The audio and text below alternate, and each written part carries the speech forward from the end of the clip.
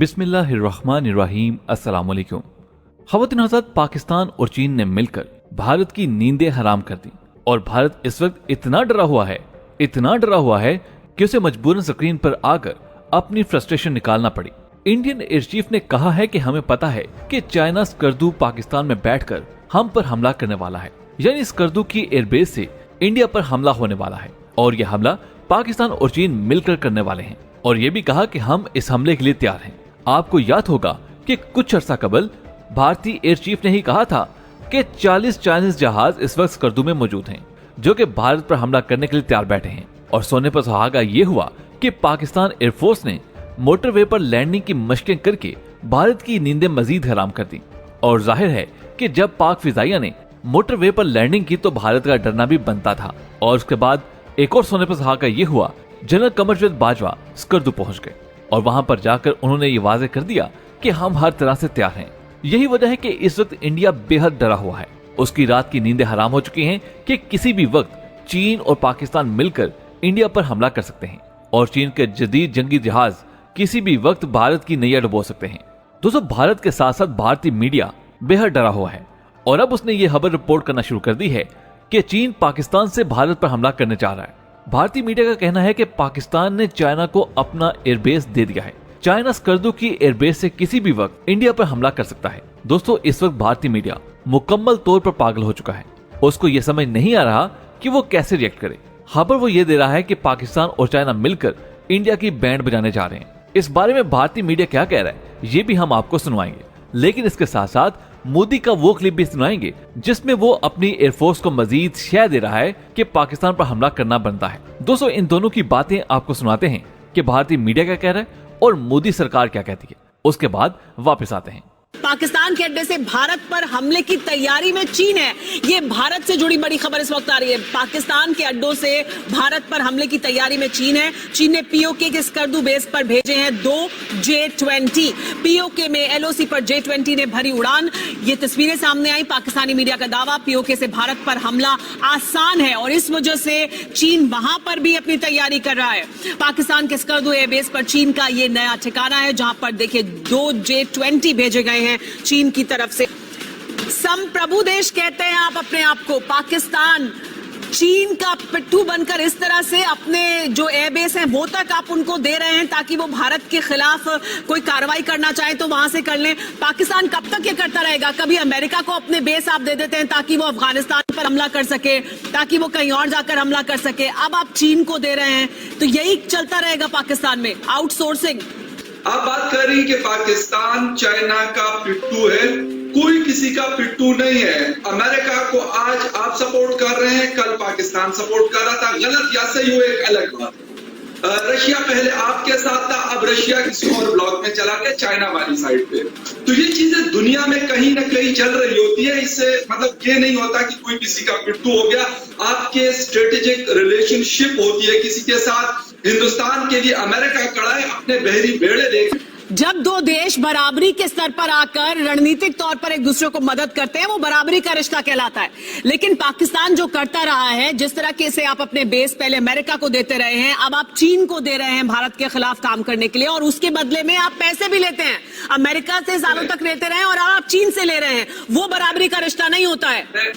मैं बता देता हूं। तब एक पिट्ठू कहा जाता है, इसलिए पिट्ठू कहा जाता है। आपको मैं कोशिश करती हूँ कि मैं आपको समझा पाऊं कि मैं क्या कह रही हूँ। शायद आप उसको समझ नहीं रहे हैं या समझकर भी अनजान बनने की कोशिश कर रहे हैं। भारत और अमेरिका का रिश्ता बैलेंस्ड है। एक बड़ा सुपर पावर हो सकता है, लेकिन हम उनसे आंख से आंख मिलाकर उनके सामने खड़े होकर सम्मान के साथ एक बराबरी का रिश्ता रखते हैं। क्या वही रिश्ता पाकिस्तान और चीन का है? नहीं, मैं तो नहीं मानता कि वो सिमिलर है, क्योंकि हम लोग डेमोक्रेसीज हैं, द 2 लार्जेस्ट डेमोक्रेसीज। हमारे कई वैल्यूज के जो है एक जैसे हैं। 8 अक्टूबर को हम वायु सेना दिवस मनाते हैं। 1932 में 6 पायलट और 19 वायु सैनिकों के साथ एक छोटी सी शुरुआत से बढ़ते हुए हमारी वायुसेना आज 21वीं सदी की सबसे साहसिक और शक्तिशाली एयरफोर्स में शामिल हो चुकी है। यह अपने आप में एक यादगार यात्रा है।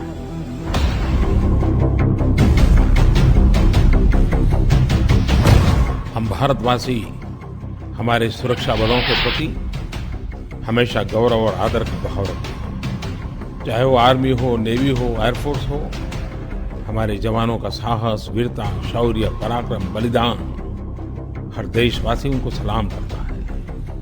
125 करोड़ देशवासी सुख चैन की जिंदगी जी सके, इसलिए वो अपनी जवानी देश के लिए कुर्बान कर देता है। देश के लिए अपनी सेवा देने वाले सभी एयर वॉरियर्स और उनके परिवारों का मैं अपने हृदय की गहराई से अभिनंदन करता हूं। दोस्तों, आपने देखा कि किस तरह से भारतीय मीडिया घबराया हुआ है। दोस्तों, भारतीय मीडिया और भारतीय फौज इस वक्त मुकम्मल प्रेशर में है और जब से पाक फिजाइया ने मोटरवे पर मशकें की हैं, तब से भारतीय मीडिया और ज्यादा बुखलाहट का शिकार हो चुका है। आपको याद होगा कि पाकिस्तान एयरफोर्स ने बुध को इस्लामाबाद लाहौर मोटरवे पर मशकें की, जिसे रोड रनवे ऑपरेशंस का नाम दिया गया। आपको ये भी बताते चलें कि पाकिस्तान में ऐसा हर साल किया जाता है और ये करने का बुनियादी मकसद फिजाइया के पास मौजूद बाकायदा रनवेज के अलावा मुनासिब हमवार कतयात जमीन पर किसी भी हंगामी सूरत हाल के नतीजे में तैयारों को उतारने, फिजा में वापस बुलंद करने, दोबारा मुसल्ला और ईंधन बनने की सलाहियत को जांचना है। आपको याद होगा कि गुज़श्ता बरस मार्च में भी पाकिस्तान की मरकजी शाहराह मोटरवे को लगभग 6 घंटों के लिए हर किस्म की ट्रैफिक के लिए बंद कर दिया गया था और उसकी वजह यह थी कि फिजाइया के जंगी तैयारों ने मोटरवे के कुछ हिस्सों को इमरजेंसी लैंडिंग और टेक ऑफ के लिए इस्तेमाल करने की मशक की थी। और हम ये जानते हैं कि मोटरवे पर लैंडिंग करना कोई आसान काम नहीं होता। सवाल ये पैदा होता है कि मोटरवे पर मशकें ही क्यों? दोस्तों, मौजूदा रनवेज के अलावा पाकिस्तान की फिजाइया के पास मोटरवे ही एक ऐसी जगह है जहां ये काम हो सकता है और पाकिस्तानी फिजाइया तकरीबन गुज़श्ता 10 बरसों से मोटरवेज को इस किस्म की मशकों के लिए इस्तेमाल कर रही है। जब उनसे पूछा गया कि मोटरवे की तामीर से पहले फिजाइया इस नौइयत की मशकें किधर करती थी, तो बताया गया कि इस मकसद के लिए बाकायदा रनवेज और एयरफील्ड इस्तेमाल की जाती थी, हाईवेज या मोटरवेज नहीं। दोस्तों, पाकिस्तान एयरफोर्स की जानिब से जारी होने वाले बयान के मुताबिक बुध को फिजाइया के मुख्तलिफ स्क्वाड्रन से ताल्लुक रखने वाले लड़ाका और तरबीती तैयारों ने इस मशक में हिस्सा लिया। जंगी तैयारों ने मोटरवे पर लैंडिंग के बाद अपनी एयरबेसिस पर वापसी से पहले रीफ्यूलिंग भी की। बयान के मुताबिक फिजाइया में बाकायदगी से मोटरवे लैंडिंग की मशकें पाक फिजाई की हरबी तैयारों के सिलसिले का हिस्सा है। इस मौके पर air vice marshal Zafar Aslam ने मुख्तलिफ इदारों बिलखसूस नेशनल हाईवे अथॉरिटी और मोटरवे पुलिस के बाहमी ताउन और हम आहंगी को सराहा, जिन्होंने इन मशकों के इनेकाद के सिलसिले में अपना भरपूर किरदार अदा किया। दोस्तों, दूसरी तरफ चाइना और भारत के दरमियान कशीदगी मजीद बढ़ती जा रही है। आपको बताएं कि इस वक्त खित्ते से अहम तरीन खबरें निकल कर आ रही हैं। मुख्तलिफ ताकतें और गैर रवायती जंगें लड़ने का आगाज हो चुका है। पाकिस्तान और अफगानिस्तान को निशाना बनाने के बाद अब बांग्लादेश को निशाना बनाने की कोशिश की जा रही, वो भी ऐसे वक्त में जब चीन के सदर ने 4 दिन पहले बांग्लादेश को पैगाम भेजा था कि चीन बेल्ट एंड रोड प्रोजेक्ट्स और ब्रिजेस बनाने का काम तेज करने जा रहा है। दोनों ममालिक के ताल्लुकात नए लेवल पर जा चुके हैं। इसी असना में यह खबर भी आती है कि बांग्लादेश चाइना फ्रेंडशिप ब्रिज पर तामीराती काम करने वाले चीन के चीफ टेक्नीशियन लाओ फिन को घात लगाकर कत्ल कर दिया गया, जो शाम के वक्त काम पर मौजूद मजदूरों को दिहाड़ी देने जा रहे थे।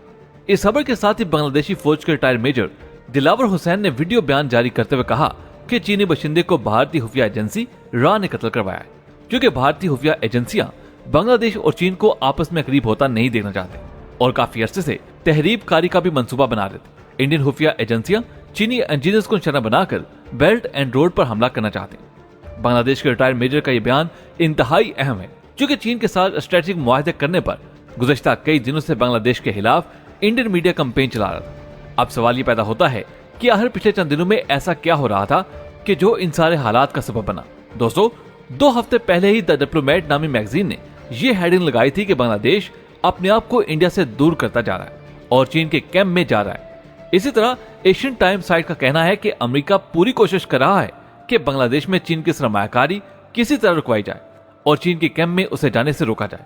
इसी तरह जून के महीने में खबर आई थी कि कोविड-19 की वजह से चीन ने बांग्लादेश को बड़ा रिलीफ पैकेज देते हुए बांग्लादेश की 97% मसनूआत को ड्यूटी फ्री करने का ऐलान किया था, जिस पर बांग्लादेश और चीन की कुर्बत में मजीद इजाफा हुआ। जबकि वज़ीर-ए-आज़म इमरान खान ने बांग्लादेश की प्राइम मिनिस्टर शेख हसीना वाजद से टेलीफोनिक बातचीत भी की थी, वो भी ऐसे मौके पर कि जब नेपाल और इंडिया के दरमियान तनाज़ा चल रहा था, जिसके बाद इंडियन मीडिया ने प्रोपेगेंडा किया था कि पाकिस्तान नेपाल की तरह बांग्लादेश को भी इंडिया के खिलाफ पुश कर रहा है। इसी तरह गुज़श्ता साल चीनी सदर शी जिनपिंग ने बांग्लादेश को बेल्ट एंड रोड का हिस्सा बनाने का ऐलान किया था। यही वजह है कि इन सब इश्यूज पर इंडिया और बांग्लादेश में मजीद तलहियां पैदा हो गई। जबकि बांग्लादेश और इंडिया के बॉर्डर पर फायरिंग के वाकयात में भी अचानक इजाफा हो गया। जबकि बांग्लादेश ने गैर मामूली कदम उठाते हुए सेल्ट नामी इलाके में एयरपोर्ट का ठेका चाइना को दे दिया, जिससे इंडिया को मजीद धचका लगा। सेल्ट नामी इलाका चूंकि आसाम के करीब वाक़ है, इसलिए उस जगह पर चीन का आना इंडिया के लिए परेशान कुन था। इंडिया ने यह कॉन्ट्रैक्ट रुकवाने के लिए प्रेशर भी डाला, मगर बांग्लादेश ने इंडिया की मुखालफत के बावजूद चीन को यह ठेका दे दिया, जिस पर इंडिया ने यह इल्जाम लगाया कि अब चीन यहां से बैठकर आसाम में अलहदगी पसंदों को सपोर्ट करेगा। जबकि ढाका में इंडियन हाई कमिश्नर ने कई बार शेख हसीना वाजिद से मुलाकात की कोशिश की, लेकिन उसमें भी नाकामी हुई। इस सूरत हाल में अचानक से चीनी इंजीनियर के कत्ल ने कई सवालात खड़े कर दिए हैं। बांग्लादेश के दिफाई हल्के इंडियन खुफिया एजेंसी रा के मुलव्वस होने की बातें कर रहे हैं। बहरहाल ये सारी कड़ियां एक बहुत बड़ी जंग की तरफ जा रही हैं, और जिस तरह से स्कर्दू पर चीन ने अपने जंगी तैयारी तैनात कर दिए हैं, तो ये किसी भी वक्त एक बड़ी जंग का पेशनामा हो सकती है। और पाकिस्तान और चीन मिलकर भारत को सबक सिखाने का भी फैसला कर चुके हैं, जिसके साथ साथ बांग्लादेश भी भारत को एंगेज करने जा रहा है। दोस्तों, आने वाला वक्त क्या रंग दिखाएगा ये तो वक्त ही बताएगा, उसके लिए हमें थोड़ा सा इंतजार करना होगा। बहरहाल आज की वीडियो में बस इतना ही। आपसे मुलाकात होगी अगली वीडियो में, तब तक अपना बहुत सा ख्याल रखिएगा। अल्लाह हाफिज।